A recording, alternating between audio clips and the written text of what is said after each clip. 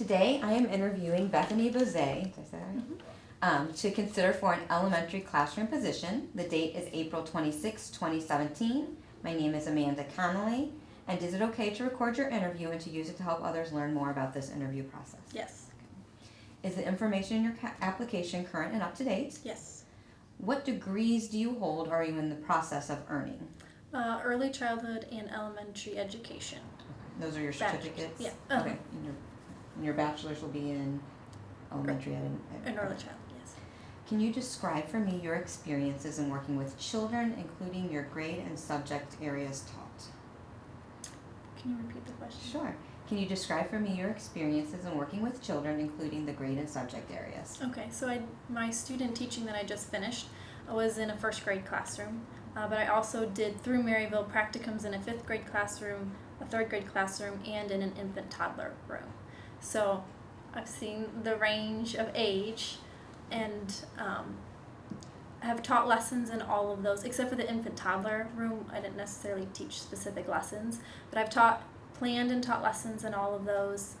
Worked with individual students, small groups of students, whole class instruction.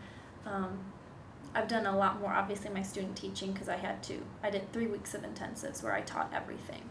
So. And can you describe your current position? The tutoring one? Mm-hmm. Oh, yes. So it's for a girl who is 13, and it's actually part of the Brain Balance program. And so with her grandmother, I read through the book, and then we set up different exercises for her to exercise different parts of her brain, different parts of her body to help her, specifically with things with concentration and coordination. Are you ready to begin the interview? Yes. Okay, get started. You are meeting with a new student. What is your most important priority? To get to know them, what their name is, if I don't know what their age is, where they're kind of coming from, interests, just getting to know them more on a personal basis so that I think that's a foundation for building a relationship. So why is that your most important priority? So they feel comfortable with me, and then I'm getting to know them, and then planning instruction and learning and things like that will be easier once we have a knowledge of each other more on a personal basis. You overhear two students talking about being treated unfairly by you. What would be your first thoughts? From my first thoughts would be that maybe I need to have a classroom meeting about what fair looks like, because each child is different, so they may not necessarily need the same thing from me because they're not the same. And so maybe needing either to meet with those students or even better, meet with the whole class and make sure they have an understanding of what I mean by fair. So how do you ensure that you are treating all students fairly? So that I know them and I know what they need. So if I'm thinking my first graders, a bunch of first graders, some of them are writing more on a second grade level and some of them can't even write a complete sentence. Well, I'm going to provide more support in helping the struggling writers to write than my ones for second grade. Will I give them support and want to push them in their writing too? Yes, but I'm not gonna give them sentence starters the same way I would my lower writers. Is it likely a parent might accuse you of not understanding his point of view regarding his child? Could it happen? Yes. I would hope not. How would you respond to that parent? Before I went to college, ended up being a manager at PetSmart, and one of the things I learned when dealing with customers that didn't necessarily agree with you is to get their perspective on things and then try and put in your words what you're hearing from them so they know that you hear where they're coming from and understand to the best of your ability where they're coming from, and then come in with what you think, because you never want them, especially with a parent with their child. I mean, they're really their first teacher, so you don't want them to think they're wrong, and you want them to know that you see where they're coming from.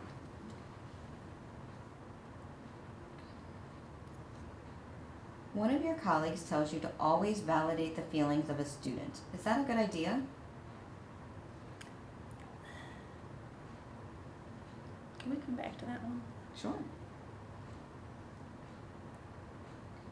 A student teacher is teaching your class and has a wonderful idea to make the class more interesting. You are concerned the idea will affect the amount of content to be covered. Could this be a real situation? Could really happen, yes. How would you handle that situation? It sounds like at least the student teacher is coming to me about it, and they're not just trying to do it without talking to me. So maybe presenting my concerns about it, and maybe seeing if she could adjust it to make sure the content piece is in there, and then supporting her as she goes through with it, because I don't know that I necessarily want to like crush what she's trying if she thinks she can make my classroom more interesting, but seeing if we can work together to get all of the pieces. Do you design and write out a lesson plan in detail for an activity or a unit? For Maryville classes, yes, but when I started student teaching, they were teaching us more of lesson sketches, so it's more condensed, not as detailed. Okay. What is the essential component you must include in your lesson plan to make sure your students are learning? So when I was writing my lesson sketches, the standard that goes with the lesson and the learning objective I want for the children, the assessment, so how I'm going to make sure that they got what they're supposed to be getting, or maybe if they're not, and then basically what the flow of the lesson will look like.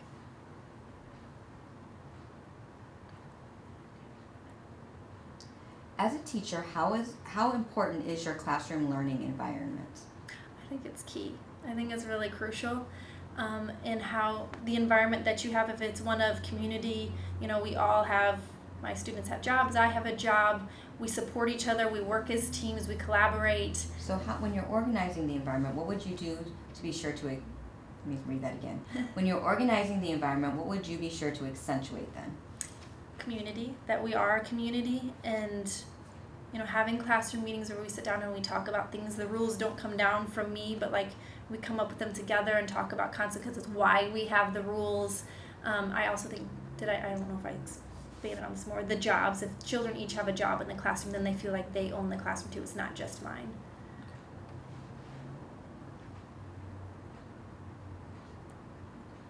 Your team of teachers is having a serious discussion about the issue of teaching specific I'm having trouble enunciating today. Your team of teachers is having a serious discussion about the issue of teaching specific facts or applied learning to students. Would you participate in the conversation? If it was my team of teachers, I would almost feel a responsibility to put what I think in there, or to ask clarifying questions of them, because I am part of the team, so yes. So what would your input be regarding this issue? I see the benefits of both, but I think I would push more applied learning, because facts, in this day and age, we can just get on the computer and look up facts. So I think I would push more applying those facts, and how, in a more of a problem-based way, so that students can interact with it more, and maybe something that they would deal with in a real-life situation. A colleague of yours is really motivated when he works with students. What effect would that have on student learning?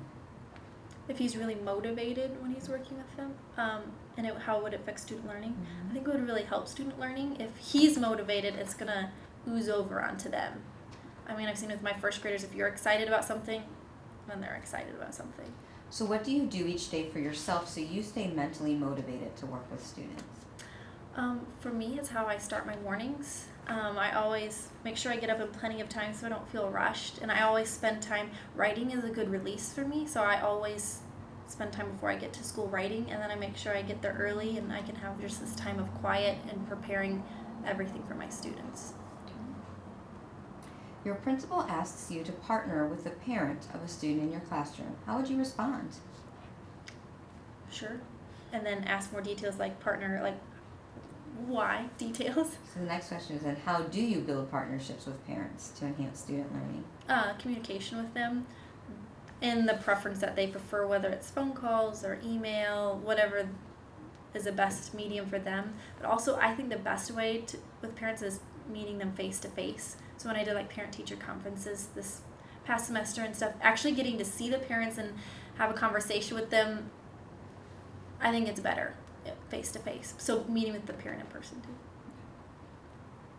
Your team members are discussing the principal's expectation to meet the unique learning needs of all culturally diverse students. Would you support your principal's expectation? Yes.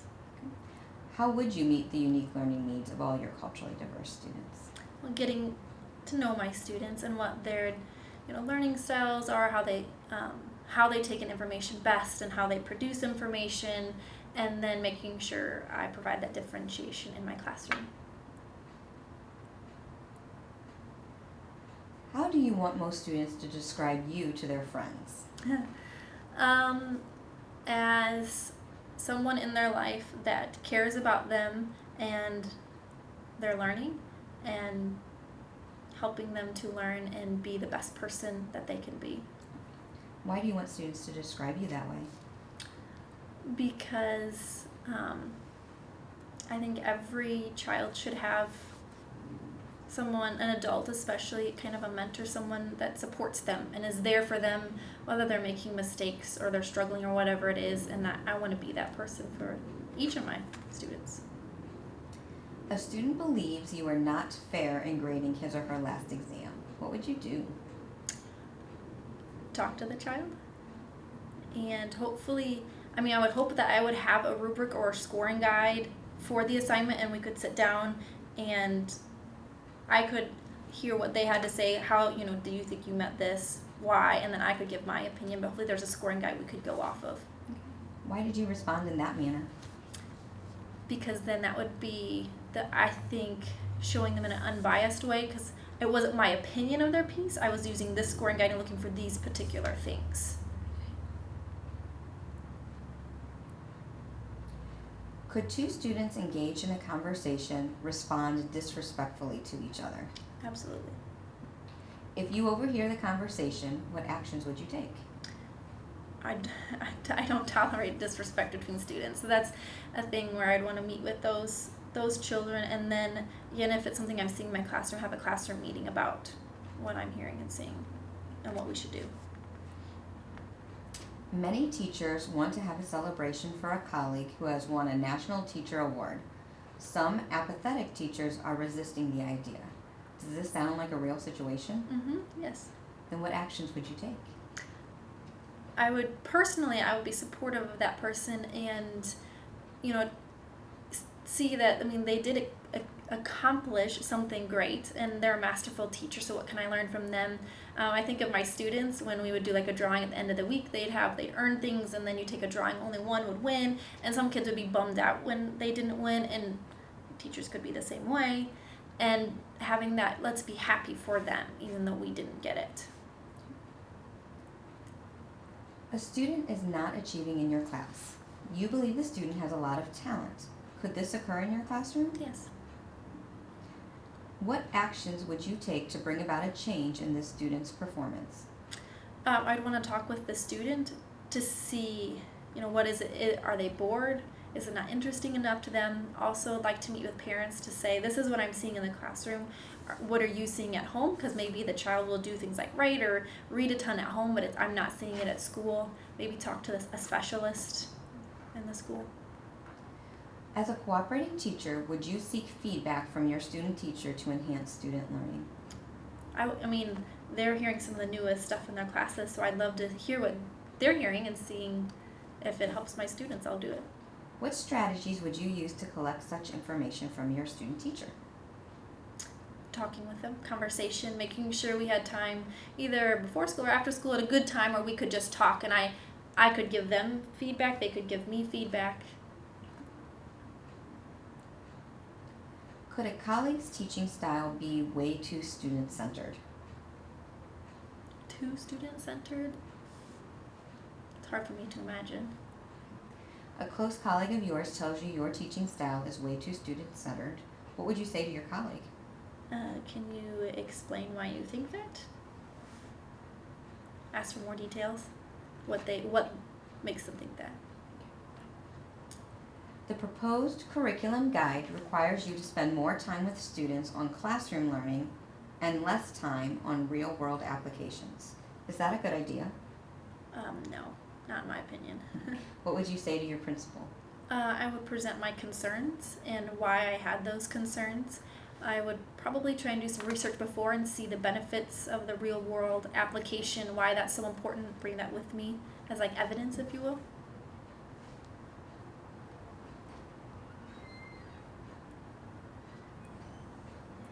One of your colleagues believes every student in his classroom can be motivated to learn. Is that realistic? There's a way for every student, yes. Whether we find it or not, another question. How would you get all students to learn? I would do something like an interest inventory at the beginning of the year to figure out, what subjects they like, and then even beyond that, what interests that they have, so I can try and incorporate, like, a lot of my first graders love Pokemon. Well, if I can bring Pokemon into the lesson, it's going to be engaging to them. Your school has an initiative to partner on a project with a business person in your community. How would you respond? I think it would be exciting.